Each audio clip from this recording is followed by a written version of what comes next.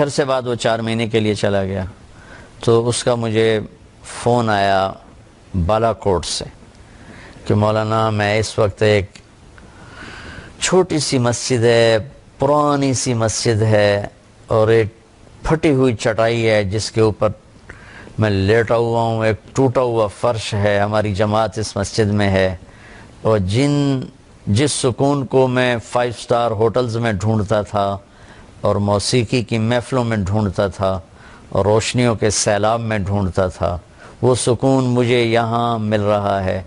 مجھے یوں لگ رہا ہے جیسے میں ہوا میں اڑ جاؤں گا۔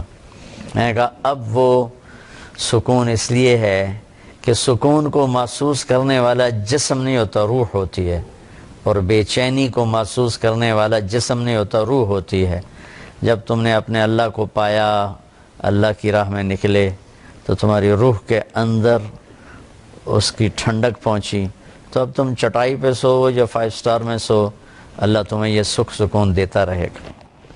مولانا صاحب یہ فرمائیے گا کہ جنید جمشید آپ کے قریبی ساتھیوں میں سے ایک تھے، اخلاقیات کی اگر بات کی جائے تو ان کا اخلاق کیسا تھا؟ اگر عام لفظوں میں پوچھوں تو وہ انسان کیسے تھے؟ آپ سے بہتر کوئی نہیں بتا سکتا۔ 1997 سے ہماری دوستی بھی لگی اور تعلق بھی بنا، اور وہ اس وقت گاتا بھی تھا اور اس سے روزے لگاتا تھا، پھر چلہ لگایا، میں بھی دوستی لگاتا رہا۔ ایک دن مجھ سے کہنے لگا مولانا اگر آپ مجھے پہلے دن ہی کہتے تو یہ غلط کام کر رہا ہے تو شاید میں دوبارہ زندگی بھر آپ سے آ کے ملتا ہی نہ آپ نے مجھے کبھی ڈانٹا، نہ کبھی طنز کیا، نہ کبھی ٹوکا، یہاں تک کہ آہستہ آہستہ آہستہ اللہ تعالیٰ نے خود ہی میرے دل میں ڈال دیا اور میں نے وہ سب کچھ چھوڑ دیا۔ تو اس نے پھر اللہ کے فضل سے 4 مہینے لگائے، اور 4 مہینے کے بعد پھر جب اس نے میوزک کو چھوڑا تو اس کی تو کمائی کا کوئی اور ذریعہ نہیں تھا، تو اس پر حالات آئے اور اس پر بہت تنگی آ گئی۔ مجھے فون کر کے کہنے لگا کہ مولانا آج میرے گھر میں اتنے پیسے نہیں ہیں کہ ماں کی دوا لا سکوں، خالی بیٹھا ہوں، اور پیپسی والے مجھے کئی کروڑ کی پیشکش کر رہے ہیں کہ ایک ہمیں تم سی ڈی بنا کے دے دو 10 گانوں کی غالباً تو ہم تمہیں اتنے کروڑ دے دیں گے۔ تو میں نے ان سے معذرت کر لیا کہ نہیں، میں ایسا نہیں کروں گا۔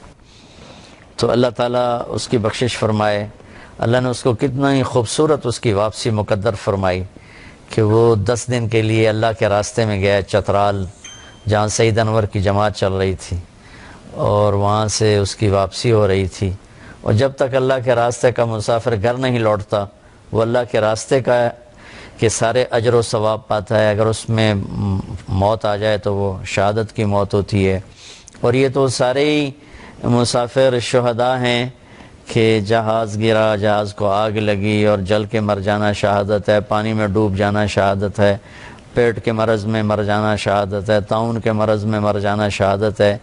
اللہ کے نبی نے بہت سی اقسام گنائیں، تو اس کے لیے اللہ نے دونوں شہادتوں کو جمع فرمایا۔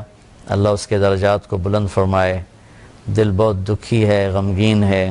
عبادات میں تو امت کو ابھی تک کافی ماشاءاللہ ذوق شوق ہے، اور نمازی بھی ہیں، حج عمرے والے بھی ہیں، لیکن اخلاق کا سبق امت بالکل بھول چکی ہے۔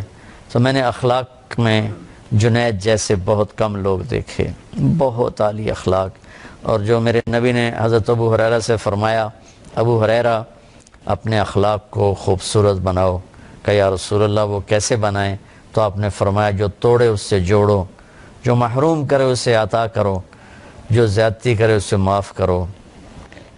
جو دو حضرات سن رہے ہیں آپ یقین مانیں کہ جنید اس کی تصویر تھا، اس نے توڑنے والے سے جوڑا، اس نے نہ دینے والوں کو دیا، اس نے زیادتی کرنے والوں کو معاف کیا۔ یہ اس کی ایسی عالی شان صفت تھی۔ پھر ہمارا 2007 سے لے کر 2016 تو یہ 7 8 9 10 4 یہ 10 حج ہمارے اکٹھے ہوئے، اور یہ جے کے نام سے صرف حجاج کی خدمت کے جذبے کے ساتھ 150 200 300 حجاج کو لے کر جانا، ان کی خدمت کرنا، ان پہ خرچ کرنا۔ ان کے ساتھی سہیل اور کامران، انہوں نے مل کر حجاج کی خدمت کے لیے سارا کام چلایا۔ کوئی، میں گواہ ہوں، 10 حج ہو گئے ان کے ساتھ، کوئی کاروباری لالچ نہیں، کوئی حجاج سے کمائی نہیں، بلکہ اپنے پلے سے یہ لگاتے رہے۔ سہیل بھائی، کامران بھائی، جنید بھائی، اور خوش ہوتے تھے حجاج کی خدمت کر کے. مجھے پتہ نہیں تھا کہ یہ ہمارا آخری حج ہوگا. ہم مینا میں محفل لگاتے، اس میں ان سے ہم نعت سنتے تھے. جب ہم جا رہے ہوتے تھے عرفات تو اس سے پہلے ہم 9 کی رات کو میرا بیان ہوتا، ان کی نعت ہوتی، پھر دعا ہوتی. پھر جب ہم مینا سے واپس آتے تو پھر سارے حجاج مل کر میرا بیان ہوتا، ان کی 3-4 نعتیں ہوتی، پھر دعا ہوتی. تو معلوم نہیں تھا کہ یہ سب کچھ آخری